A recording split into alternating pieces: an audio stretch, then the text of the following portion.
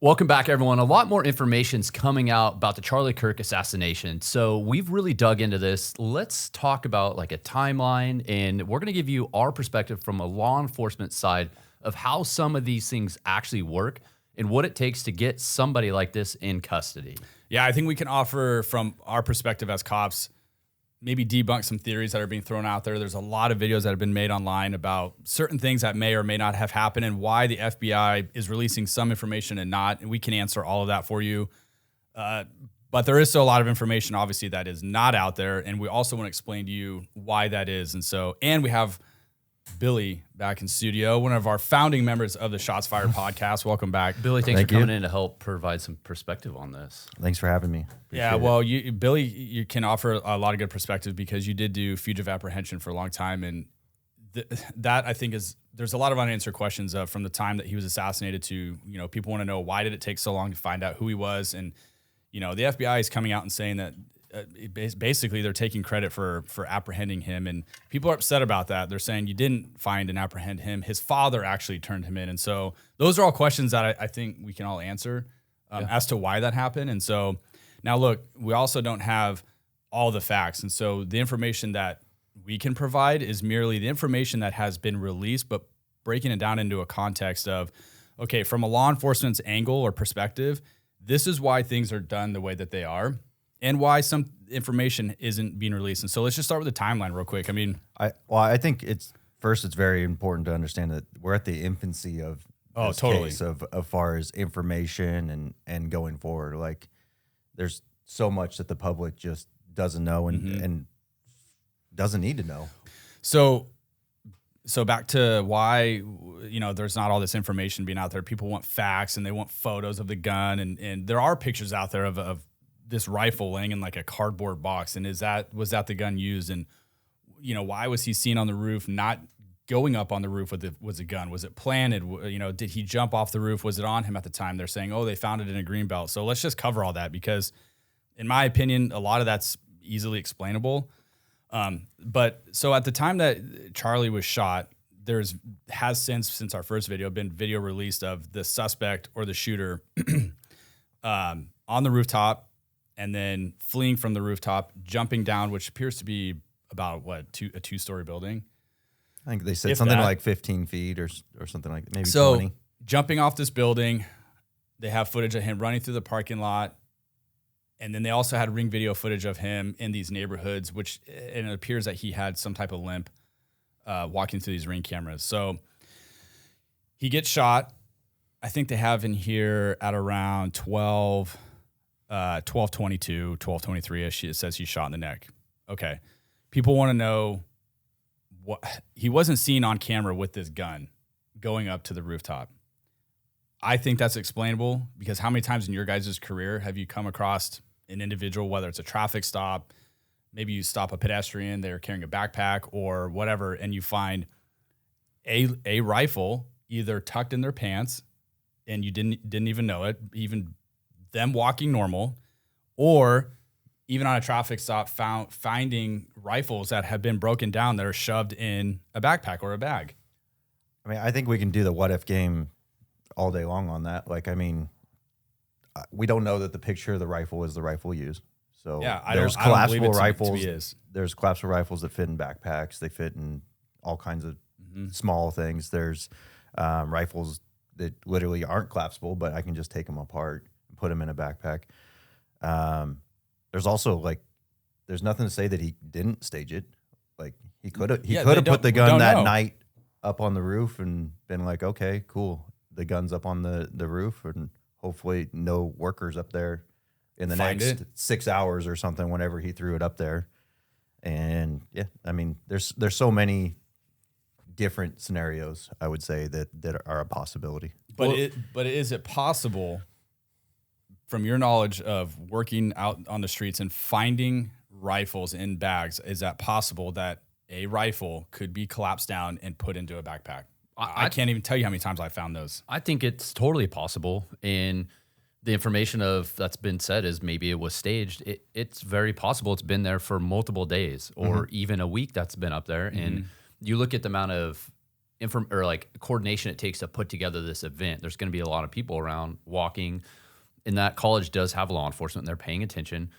And if you see the video where he's supposedly jumping off a 12-foot or 2-story building, like, it makes me think, how did he get up there? Why wouldn't you come down that way? So maybe it was staged up there. Maybe took it apart. It's in his bag, or it was in his bag and somehow he got up there, and that's just the quick getaway. It is, to me, it's totally possible that it was staged or it was broken down, taken up, assembled. It's totally possible. Yeah. And I don't know where these pictures came from, but I have scoured the internet, and there are no credible sources out there of a picture that the FBI is saying this is the rifle that was used in the shooting. I don't think they have said what caliber it was. Yes, but no photo of the gun. Yeah, no photo. They say that they found it wrapped up in a towel in the Greenbelt after he fled. I also think that to be totally reasonable, because if this thing was broken down, it's in his bag, he wants to ditch it. It's easy to pull that out of your backpack, throw it in the Greenbelt. You got to think that dude is absolutely panicking about what he just did, and he wants to get rid of that as fast as he can. And that was the easiest, quickest way to do it. Now, why do you think that they haven't released, or why wouldn't they have released a photo of the gun that they found? Like, what's the point? Exactly. Why would they? I mean, we have a case that's going to be, they're going to present to court here, maybe multiple courts, and this is going to be over the next few years probably. Yeah. Well, like, as the public, do we need to know that we're safe? Yes. I think we need to know that the person is in custody. I think that's literally all we really need to know as the public. Other than that, why? So that we can, talk about it. Like, it doesn't matter that what kind of gun it was necessarily. It doesn't matter where it was recovered. Even none of that really matters.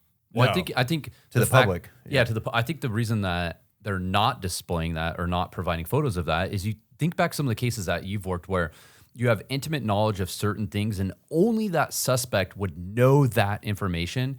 You conceal that until you go to court or you interview them, and then they provide that information that makes that nexus, like it's connected. Now, if they take that weapon and maybe they show it, other people could be like, oh no, it was me. Or I think it's about making a positive identification of that, in fact, is a suspect.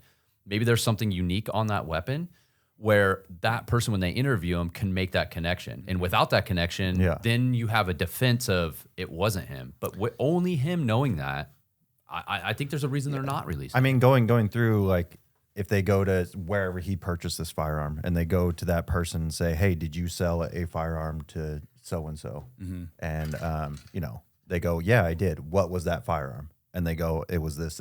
Whereas if a defense attorney could be like, well, that's the gun that they showed on TV. Of course he says that. He just wants to prove that this guy did something that maybe he didn't do. Yeah, exactly. So we keep that tight. Preserving the evidence. Yeah, and that's what I was getting to is the public wants the information because they just want to know about it. It's such a high-profile shooting that they feel like they need to know. And the fact is you already said it, they don't need to know. And they have to protect the integrity of the case, because the more information that the FBI puts out, the more damaging you're doing to the case. And I wouldn't even want to be in the DA's shoes at this point, because this is going to be the most pressure that the district attorney's office in that county is going to be under their entire career over this particular case.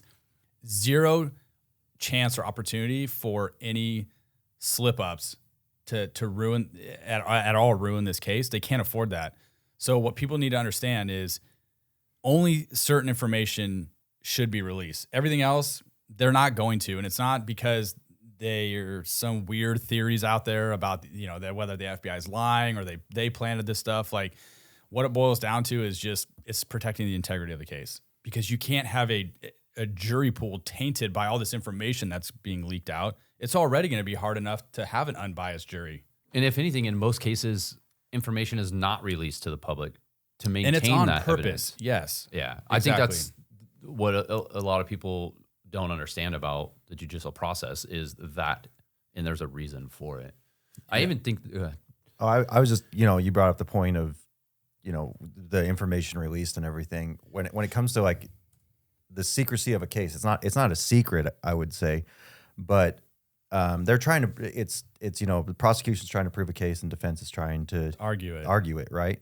Well, if they had all the the route we're going and everything, it would make it a little bit it's basically giving them the notes and everything, which they do in discovery. Yeah. Anyway, but it's kind of saying, hey, look, we're doing it this. There's no tainting of the jury pool, as you would say, or making it more difficult. And I think it's natural for people to really analyze the information that's coming out and to try to connect dots and make things that may not really actually be there, but they try to create these theories. Like one is the exact question that was being asked to Charlie Kirk at the time he was shot. And I've seen a lot of different theories on that, like it was planned, and we've discussed that, and I believe that the shooter makes his way, gets there. You can't predict what all questions are going to be. He gets up there as fast as he could assemble the gun or retrieve from where it was staged, get the sighted shot, take that shot, and then retreat as fast as you can. I don't believe that you're up there waiting intentionally for a question. I think that's just something that is a theory that people are trying to connect the dots on. I think the guy's up there, takes a shot, and tries to get out of there. And in all actuality, it could be that he was waiting for that or a appropriate question, but what's that matter? Right. It doesn't. Like, what's it matter when he took the shot? That's a good point. Maybe he's waiting for his body position to be in the right spot so that he felt like he had the best shot to take, and that just happened to be. But yeah, you're right. Like, people want to make a big deal about that, and there's these photos out there floating around of people doing weird signs. Like, no, if I could take any video of anybody's movements, I could take a video of you picking your nose, take a still frame shot of that and say, oh, Mark's putting out some type of cue that this is the perfect time to take the shot. That doesn't that's just not reality. That doesn't make any sense. People can theorize on that all they want, but at the end of the day, like, if you just watch the video in its entirety, those are just normal movements that a person would make. Like pulling up my sleeves. I don't believe that to be true. I agree with you. And when you say that dude got on that roof, he's panicking. His heart rate was probably through the roof, knowing what he's about to do. Gets in the best position he can, gets that sight picture on Charlie, maybe waits for him to get in that body position that he felt most comfortable, and maybe it would just happen to be at the end of that conversation while he's not talking, and then takes a shot and wants to beat feet. But the question was about a shooting, right? About shooting. Like, anybody who went to that knew that there was going to be a question. About that's what all his debates are about. Yeah. Right? So it's like, it's not inconceivable to think that he was waiting for the shooting question too. Like, I mean, it's gonna happen. Be. Yeah, it could be. It's a possibility, but again, it doesn't matter. No, it doesn't. You also had people coming out and talking about that's a very skilled sniper, and this person's and they made it seem like it was a precision shot right there. And I look at that and think, this person. I think we all disagree on that. Well, yeah. I think all law enforcement as a whole, anyone who's ever shot weapons. Yes. That to a certain extent, like everyone who's shot weapons multiple times can say that's not that difficult. In general, I mean, working with the snipers on our team, you don't go for like a neck shot or a jugular. Like, you go for a headshot or center mass, depending on what you have. And you look at the distance he was at, it was like 200 something yards. Or less. Or less. Yeah. Depending on what you're sighted in at, you're really trying to focus on a specific target, and then your heart rate is increasing depending on his movements. Like, there's a lot of factors to go in. I think he just got lucky and clipped him. And hit him in the unfortunate spot. Oh yeah, the worst spot. Yeah, and it was a miss. Yeah, I mean, it was not a miss. Obviously, right. It was completely effective in what he was. But aiming to more do, than likely of where he was trying to aim. Oh yeah, he was not aiming for the neck. No, I think it's probably not. Probably. Even it could have been chest, or it could have been headshot. Yeah, like at that point, he's right in between them, right? Mm-hmm. Yeah. All right, so we already talked about kind of explaining how he could have got the rifle off the roof. I think it's very possible that that they did find this rifle in the Greenbelt. I think that there's zero lies about that, and the fact is you can collapse a rifle quickly, throw it in a bag, and get off of that roof, wrap it up in a towel and ditch it in the Greenbelt.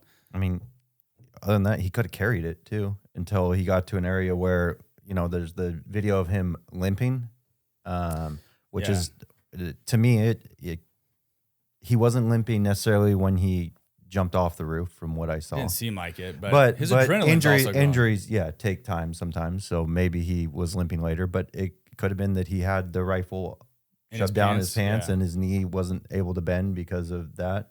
We could do the what if game all day long. Obviously when he jumped off, there was cars driving by.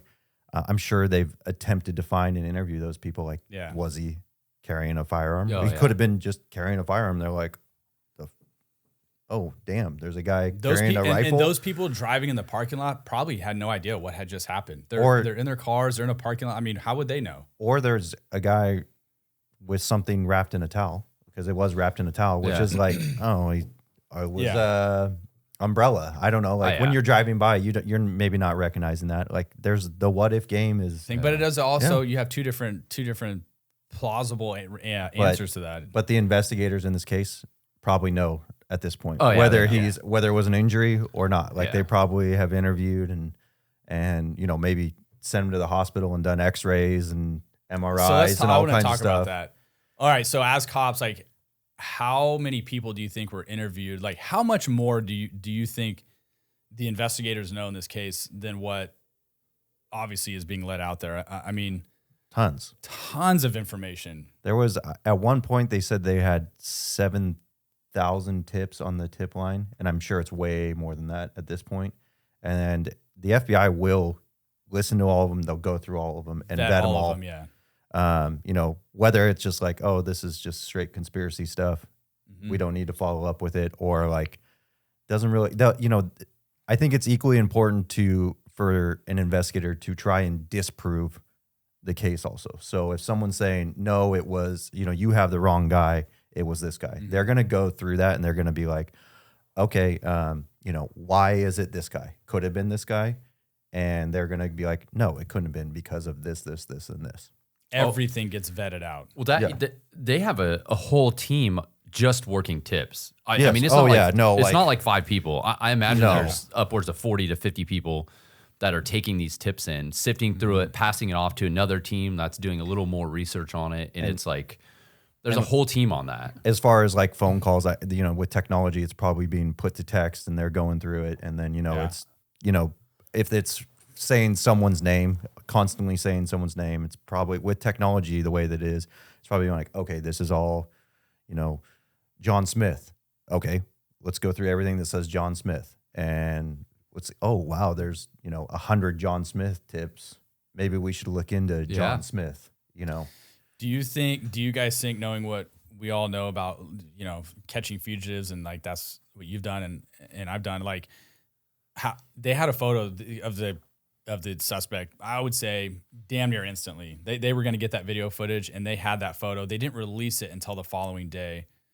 Why do you guys think that is? People want to know why that photo wasn't shared earlier, and they felt like he could have been caught earlier. We chatted before the show about it because we all share the same idea. But again, there's the what if games and like what I don't know. But to me, one of the best things you have when you're chasing a fugitive is that they don't know that they're a fugitive.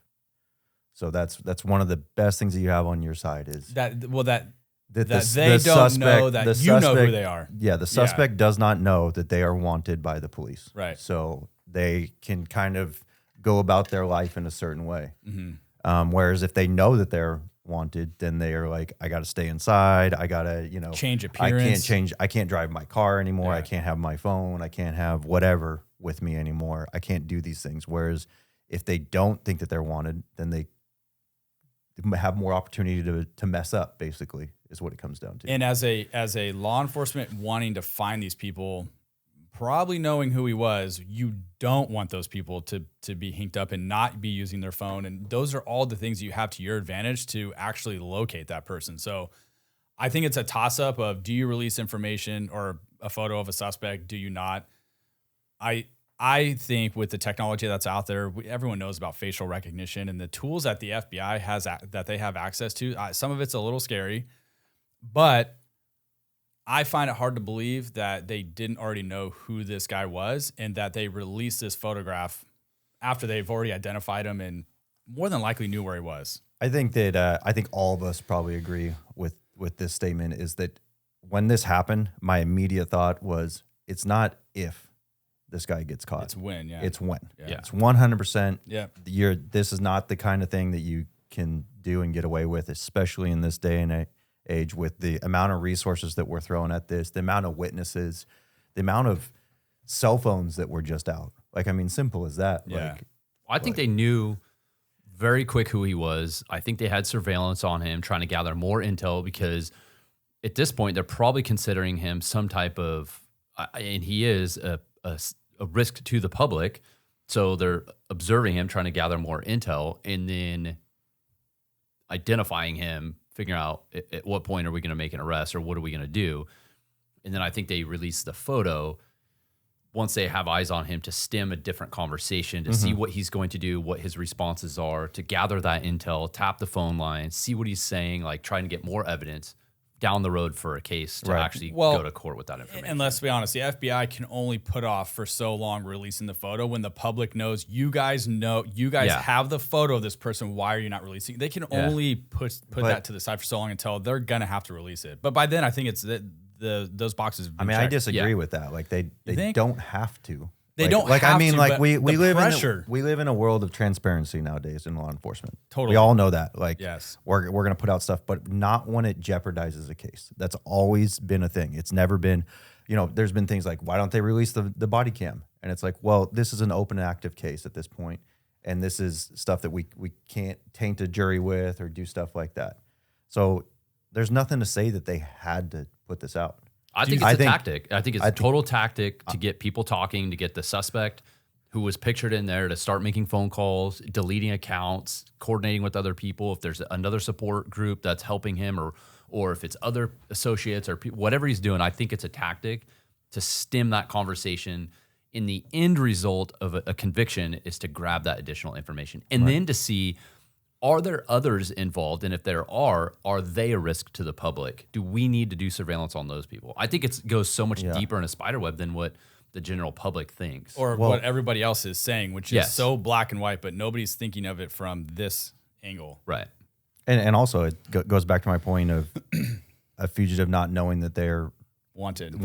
Like when you put out a video or a video picture, whatever, and say, this is the guy, we don't know who he is, you're basically saying, we don't know who this guy is. Like, oh, and he's thinking in his mind, maybe, okay, they don't know who I am at this point. Yeah, I still got time, which could be the factor.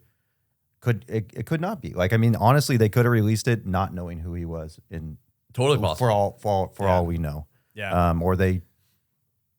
But to my opinion, they wouldn't have released that unless I agree. They had a lot more information. Maybe they had a pretty good idea, but they didn't know 100%. And then, like, at that point, like you said, surveillance was set up on this guy or his known locations before that came out, in my opinion. Oh, yeah. And it's straight opinion. Too. Yeah. Yeah. No, I totally agree. I mean, that all makes total sense to me. And I think when they put it out, we all know the family or dad ends up calling his pastor. And ultimately, the exact details of how he was taken into custody there's different stories out there. But nonetheless, sounds like dad turned him in and had marshals come. Dad was cooperating. Yeah. I don't know how much movement was allowed to be made, or if there was any movement. Yeah. Like, there's all kinds of theories that dad drove him to the police station. I think even it came out that dad was a 27-year law enforcement veteran, been debunked. Which, and that's again what we're looking at here is like, I mean, I don't know what's true, so I don't want to not what's true, but there's a lot of things going out there that you're like, do we have any proof behind this? Yeah, that and a lot of it's explainable. I mean, but okay, so something else too that somebody asked me. They're like, oh, how can how can this person have been charged for the murder? Like, people need to understand is if you're gonna book somebody in jail and actually have the district attorney file charges for those murders, you just need the probable cause to be able to do that, but. They would not have done that had they not had all their facts and evidence together to be able to then move forward and charge him with those crimes. You had said earlier about connecting the dots with the rifle and stuff. He obviously made statements to the investigators when he was taken into custody about the hey, the rifle's here, it's wrapped in a towel. maybe they had already found it, but the fact that he's connecting those dots that nobody else would know other than him. I mean, those are all little key pieces of evidence that have to be brought in the reports or for the probable cause to be able to even charge him for the murder, because there have been cases where high profile cases where people have come out and said, I committed that homicide or whatever. And they didn't. They just wanted the fame and recognition for it. So they still have to put those pieces together in order to even charge him for that crime. So the fact that they've even done that obviously tells me that they have a lot more information than they're willing to let the general public know about. Well, I mean, Huh? I forgot what point I was going to get across here, but go ahead. Nothing. That's all that I was going to say about that is just they would have to have that evidence and probable cause to charge him for those crimes. Yeah. So, I mean, like establishing probable cause is obviously a huge thing. None of us here have ever worked anything as high profile as this. I think that's safe to say, right? Mm-hmm. And that's most law enforcement, if not 99.99999% will never deal with a case quite like this. But when it comes down to going after this guy, I know that in my experience, we have had somebody that were like, this is the suspect. Like, Mark's the suspect. And they're like, I've had detectives say like, hey, go get him. And to us as a fugitive apprehension, we're like, no, get a warrant, get a Ramey warrant, and then we'll go get him. And they go, why? And I was like, in some cases it's different, and this could be a case that's different. But say, for example, that I don't know that this is, you're telling me this is the bad guy, and obviously we don't have enough probable cause to get a warrant for him. So, who knows what's going on here if it actually is the bad guy. And then, God forbid, we get in a shooting or something like that. Something horrible happens. And then it turns out you're not the guy. Like, we have a huge issue then. Yeah. Whereas at least everyone's a little bit safer when we're like, okay, a judge said that you are the bad guy, because that's what a warrant, an arrest warrant is, saying the judge believes that there's probable cause that you are a bad guy. Yeah.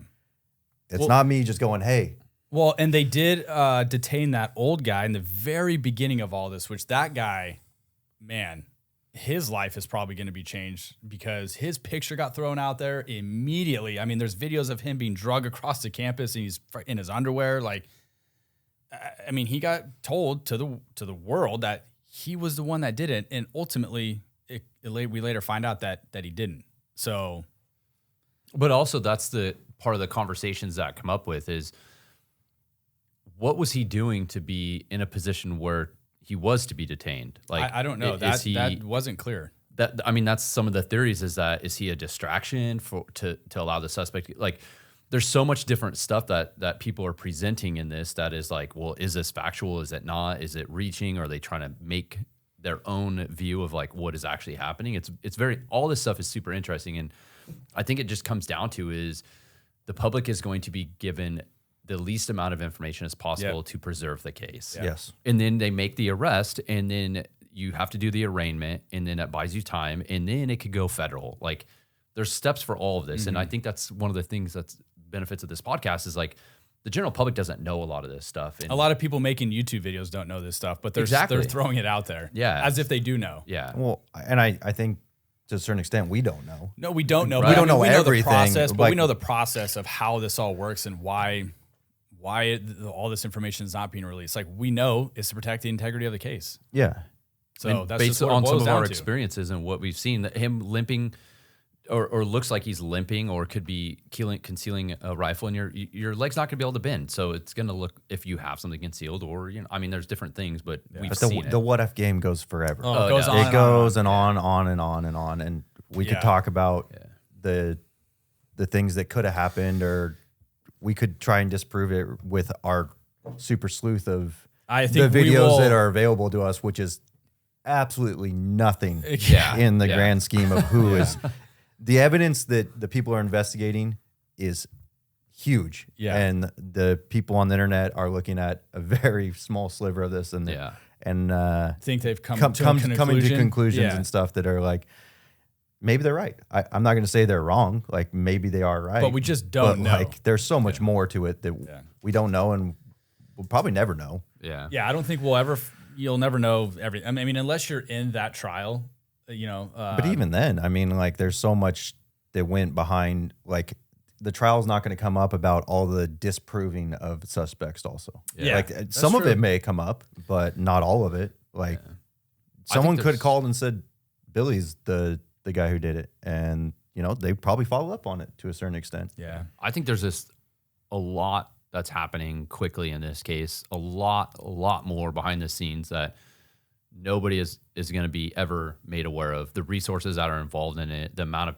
people that are involved in it. Around the clock, too. Around the clock since and this how much more things that are happening right now, how much surveillance is currently being done are going to continue to be done. I think there's a lot going on with this, but I'm stoked that you came in, Billy, to help talk about this because you are an expert and you've done a lot of this different type of fugitive apprehension. I don't call myself an expert in anything. I'm going to. Let's not go that far. Well, Kyle, you're an expert too. I don't know. Well, I don't know about that. Expert, what, YouTuber? I mean, I taught Kyle everything he knows. You about did. I do fugitive remember that. apprehension. Yeah. It's true. I'll give you that. All right. Well, hey, honestly, I just wanted to. I thought we could all come in here and offer a perspective that I'm not seeing on other people's platforms. Like you said, I think people just are coming to their own conclusion and they're just saying this stuff, and then it kind of spins other people up, and some of it's done on purpose because they want the content and the engagement and all that. I mean, I get it, but I just wanted to maybe provide some clarity from the law enforcement side of it. So, thanks for having me on the show too, guys. Yeah, dude. I appreciate it, and hopefully I'll come back again soon. Yeah, you better. No. Say bye. Bye. Thank you all.